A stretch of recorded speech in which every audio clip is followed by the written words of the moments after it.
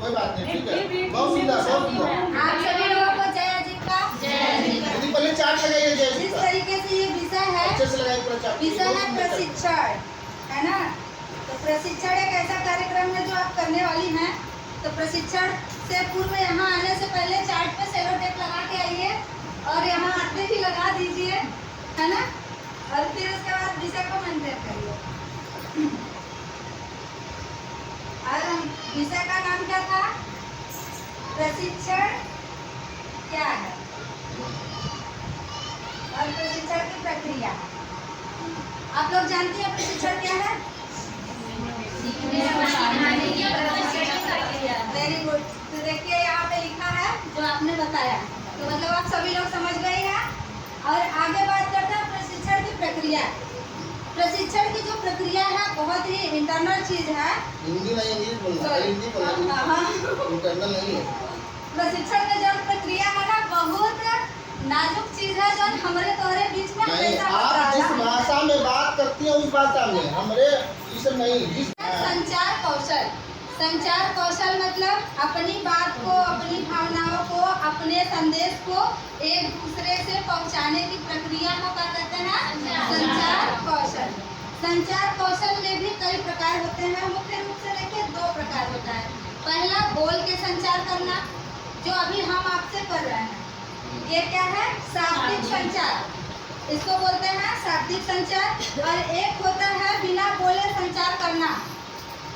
समझ गई? मतलब इशारा करना, संकेत करना बिना बोले जो किया जाता है उसे क्या कहते हैं? अशाब्दिक संचार। तो आप समझ चुकी होंगी संचार कौशल क्या है और संचार कौशल के कितने प्रकार है?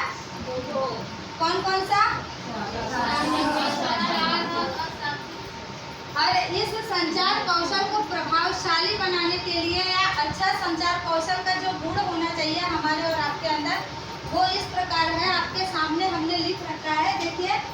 अच्छे प्रभावशाली संचार कौशल के गुण क्या है? सबसे पहले स्पष्टता। जो विषय आपका है उसमें एकदम साफ सफाई से बात समझ में आए। और दूसरी बात है सुनने की क्षमता। आपके अंदर सुनने की क्षमता भी होनी चाहिए। कोई अगला व्यक्ति क्या कर रहा है उसको पहले अच्छे तरीके से आप सुने। और तीसरी बात है आत्मविश्वास।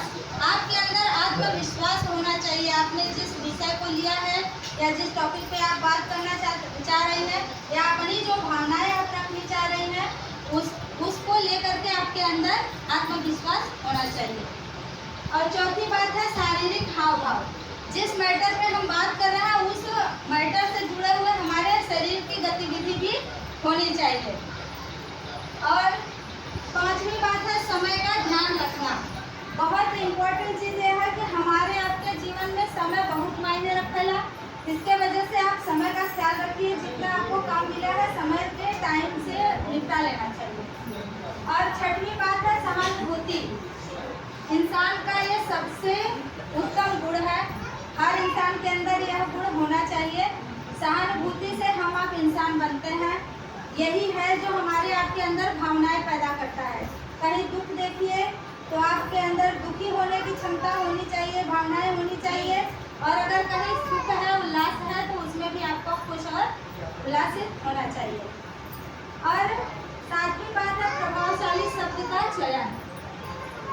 आप अपने बात को अगर रखने जा रही हैं या किसी विषय को आप तैयार कर रही हैं तो अपने बात को रखने की जो शैली है उसके अच्छे शब्दों का प्रयोग करिए और उस क्षेत्र के लोकल भाषा का प्रयोग करिए ताकि वह व्यक्ति जिसको आप बताना चाह रही हैं, समझाना चाह रही हैं, उसके बात समझ में आनी चाहिए।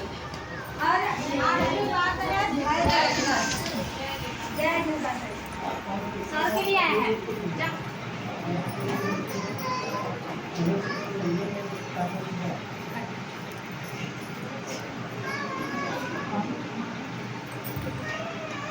आप धैर्य रख करके अगर आप कोई कार्य कर रही हैं, आपको लग रहा है मेरा काम नहीं हो रहा है, तो अपने आप में धैर्य जरूर रखिए।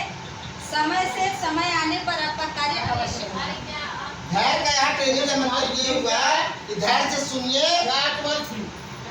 कैसे?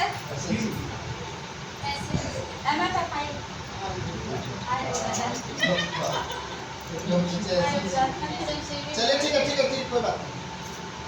और अगला है भाषा कौशल, जो हमारे जीवन का एक ऐसा अमूल्य अंग है जिसके बिना कुछ भी संभव नहीं है।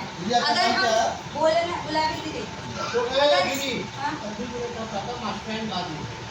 शिक्षक बन सके, आप एक प्रशिक्षण देने लायक बन सके, आपके अंदर वो क्वालिटी डेवलप हो सके जो इसकी जरूरत की पूर्ति कर सके यहाँ से, इसलिए ये प्लेटफॉर्म तैयार किया गया है। तो ये चीज आपके अंदर एक गुण की तरह होना चाहिए, एक आदत की तरह होनी चाहिए, एक हैबिट होनी चाहिए। आपके अंदर टाइम की पंक्चुअलिटी होनी चाहिए, कोई बात कहा गया है तो उसको उस वादे को पूरा करने की क्षमता होनी चाहिए। अगर आपने यह खुद लिखा है तो इसे आपको पालन करने के अंदर आपके अंदर टैलेंट होना चाहिए। अगर आप अपने बात से मुड़ रहे हैं तो आप बेवफा हैं, बेवफाई करने आई है कि वफाई करने आई है, खुद से गद्दारी करना है, अपने आप को आगे ले जाना है, आपको डिसाइड करना है। तो आपका इस तरीके से बस